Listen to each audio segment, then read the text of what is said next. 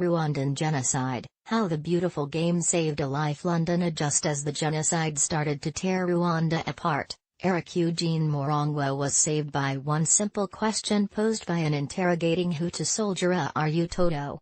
Thanks to soccer, this former international goalkeeper survived the ethnic cleansing that killed some 800,000 people, mainly members of the Tutsi ethnic group but also moderate Hutus. Sitting down with Afe in a square not far from King's Cross in London, where he went into exile in 1996, Morongwa speaks with care, trying to recall every detail of his story, one of a soccer player whose life was spared simply because of his affiliation to the sport. A fate not granted to 78 relatives he lost in the killings in 1994. Many other Tutsis in the Rwandan soccer leagues were not so lucky.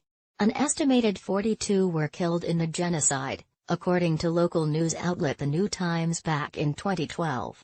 Estimates suggest that the campaign of mass slaughter led by government troops, Interahamwe militias and armed Hutu civilians destroyed around 75% of the Tutsi population. Morongwa, nicknamed Totoa, a young man, in Swahili, by his teammates, had an early fascination for soccer.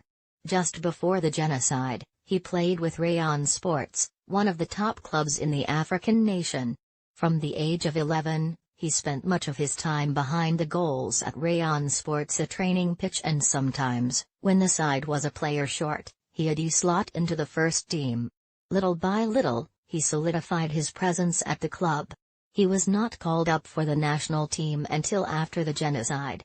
Between 1990 and 1994, it was inactive due to the civil war between the Rwandan Patriotic Front, FPR, founded by exiled Tutsis, and Juvenal Habyarimana's government.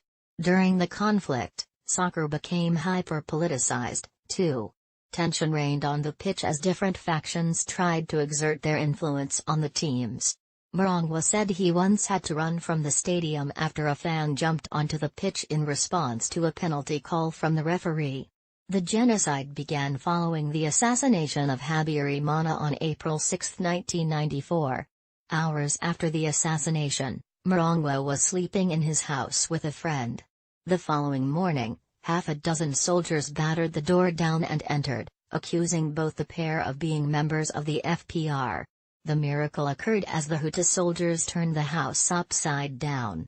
A photo album fell to the floor and opened with a picture of Morongwa posing with members of Rayon Sports.